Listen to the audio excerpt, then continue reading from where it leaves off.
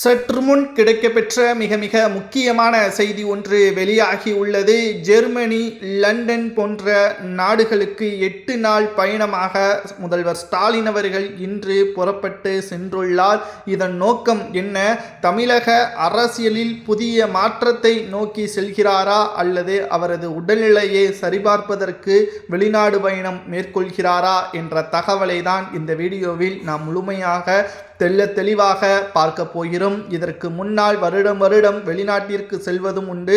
அங்கு 10 நாட்கள் வரை தங்கியிருப்பதும் குறிப்பிடத்தக்கது. ஆனால் எந்த ஒரு திட்டங்களும் தமிழகத்தில் வெளிநாட்டில் இருந்து கொண்டு வந்ததாக இதுவரை தெரியவில்லை.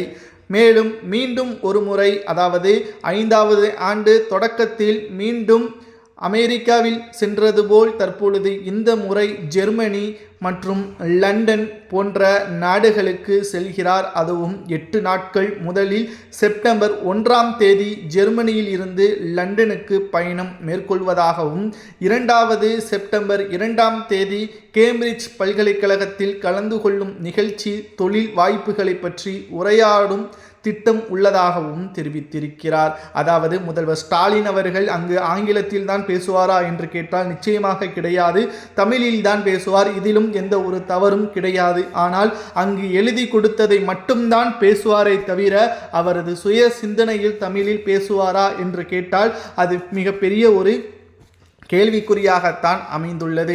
4 வரிகளை தமிழில் பேசிவிட்டு அதை மொழிபெயர்க்கப்பட்டு கடைசியாக தமிழகத்தில் நிதிகள் வழங்குவதற்கு நாங்கள் தயாராக இல்லை என்று கூறுவதற்கு கூட ஜெர்மனி ஏற்படும். தற்பொழுது அவர் வெளிநாடு பயணம் மேற்கொள்வதே அவரது உடல்நிலையை பார்ப்பதற்குத்தான். வருடம் அவரது உடல்நிலையில் மிக பெரிய அளவில் மாற்றங்கள் ஏற்படுவதாகவும் அதற்காக சிகிச்சை வெளிநாட்டில்தான் மேற்கொள்ள முடியும் என்ற காரணத்தினால் அவரது பயணம் வெளிநாட்டில் அமைந்திருப்பதாகவும் சமூக ஊடகங்களில் தெரியப்பட்டு வருகிறது. ஆனால் உண்மைத்தன்மை, வெளிநாட்டில் இருந்து முதலீடுகளை தமிழகத்தில் கொண்டு வந்தால் முதல்வர் ஸ்டாலின் அவர்கள் தமிழக வளர்ச்சிக்காக அவர் வெளிநாடு பயணம் மேற்கொள்வது சரிதான் என்ற தகவலையும் நம்மால் பார்க்க முடியும். செப்டம்பர் 4ஆம் தேதி ஆக்ஸ்போர்ட் பல்கலைக்கழகத்தில் செல்ஃப் ரெஸ்பெக்ட் என்ற இயக்கத்தின் 100ஆண்டை முன்னிட்டு பெரியாரின் விசுறுமையற்ற படம், அதாவது திறந்து வைக்கப்படும் என்றும் அந்த கருத்து தொடரில் வரலாற்றை பற்றிய 2 புத்தகங்களும் வெளியிடப்படும் என்ற தகவலையும் தற்பொழுது ஸ்டாலின் தரப்பிலிருந்து வெளியிடப்பட்டுள்ளது. அது மட்டுமல்ல, செப்டம்பர் 6ஆம் தேதி லண்டனில் தமிழீழ போன்ற நிகழ்ச்சிகளிலும் கலந்து கொள்ள திட்டமிட்டுள்ளார். இந்த நிகழ்ச்சிகள் அனைத்தும் தமிழகத்திற்கு பெருமைதான். ஆனால் முதலீடுகள் தமிழகத்தில் ஸ்டாலின் அவர்கள் இதற்கு முன்னால் சென்ற நாடுகளில் இருந்து கொண்டு வந்தாரா அல்லது அவர் உண்மையாகவே சிகிச்சைக்காகத்தான் சென்றாரா என்ற கேள்வி இன்று வரை சமூக வலைதளங்களில் வைரலாகத்தான் பரவி வருகிறது.